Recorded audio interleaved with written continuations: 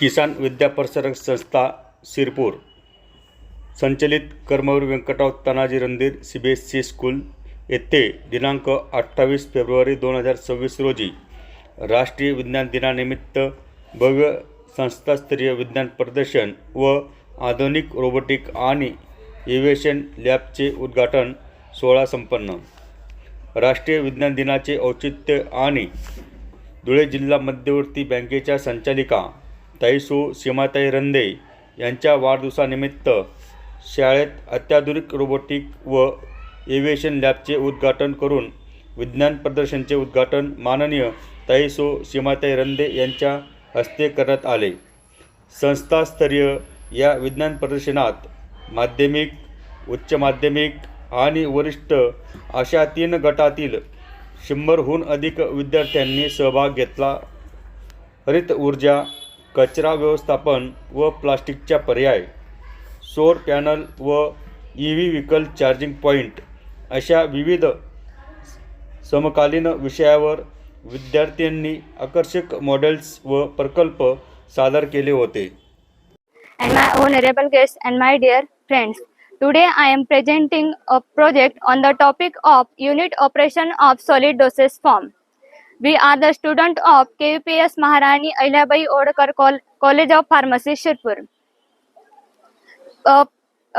Tablet manufacture करण्यासाठी म्हणजे टॅबलेटचं raw material पासून तर पॅकेजिंग पर्यंत जर्नी कशी असते ते आम्ही या प्रोजेक्टद्वारे सांगू इच्छितो।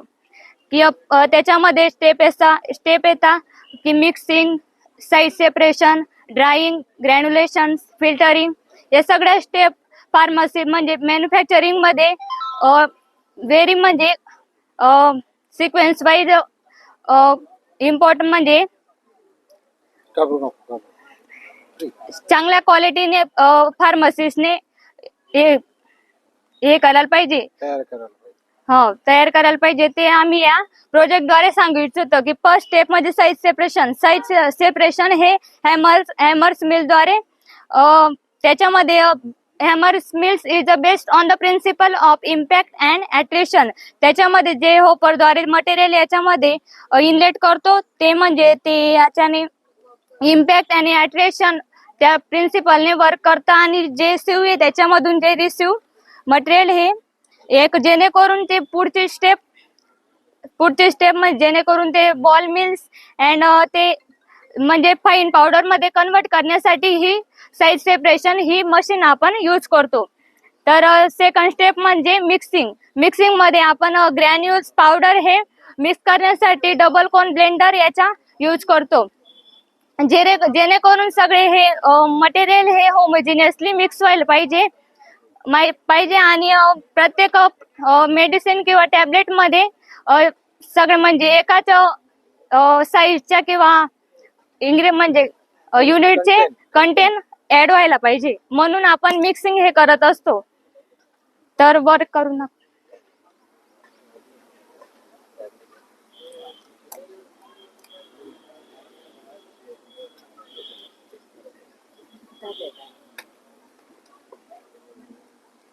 दुसरं चालू करून घे तेवढ्यात।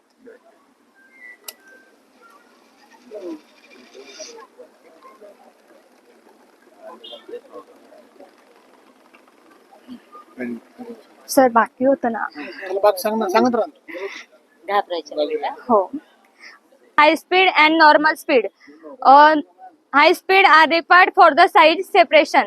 त्याच्यामध्ये साईज सेपरेशन साठी ही म्हणजे युनिफॉर्म युनिट मध्ये ते त्याचं साईज सेपरेशन व्हायला पाहिजे। तर ते झाल्यानंतर एका साईजचे पार्टिकल आपण साईज सेपरेशन केल्यानंतर आपण डबल क्लोन ब्लेंडर मध्ये मिक्सिंग करण्यासाठी आपण डबल कोन ब्लेंडरचा यूज करतो। ते मिक्सिंग झाल्यानंतर आपण सीव मध्ये जे मिक्सिंग केल्यानंतर जे ग्रॅन्युल्स असतात ते पार्टिकल हे ग्राइंड करत असतो। परत त्याच्यानंतर ग्राइंड केल्यानंतर जे हे सिग्मा ब्लेंडर हे 2 ब्लेड असतात ते जे शेपेड असतात आणि ते म्हणजे vertical in the each other म्हणजे ते एकाच याच्या डायरेक्शन मध्ये फिरत असतात। परत ते रिबन बाइंडर म्हणजे त्याला 2 हेलिकर हे जॉईंट असतात। त्याच्यामुळे जी सेमी सॉलिड जे कंटेन असतं ते मिक्स करण्यासाठी आपण सिग्मा ब्लेंडरचा यूज करत असतो.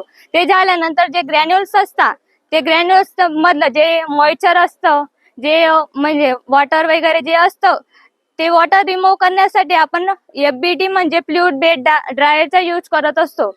म्हणजे जे आपण मेडिसिन तयार म्हणजे ग्रॅन्युल्स तयार केले त्याच्यामध्ये जर थोडंसं पण मायक्रो म्हणजे मॉइश्चर राहिलं ती मायक्रोबियल ग्रोथ व्हायला सुरुवात होते. ती ग्रोथ म्हणजे व्हायला नको म्हणून फार्मासिस्टने जे प्रोडक्शन करतात त्यांनी काळजी घ्यायला पाहिजे. ते झाल्यानंतर ग्रॅन्युल्स तयार झाल्यानंतर आपण टॅबलेट कॉम्प्रेशन मशीन मध्ये ते सॉलिड मटेरियल ते हाय प्रेस करून जी टॅबलेट तयार करतो ती तयार झाल्यानंतर आपण डिसइंटिग्रेशन टेस्ट ही चेक करतो. सर इकडे बघा. डिसइंटिग्रेशन टेस्ट म्हणजे जे टॅबलेट असते ना ही फास्ट आहे ती म्हणजे 3 मिनिटांना म्हणजे 3 नाही तर 5 मिनिटांमध्ये डिझॉल्व होते. टॅबलेट कॉम्प्रेस मशीन पाहिजे का? हो आपल्या फार्मसी आहे. हो चालवलं? हो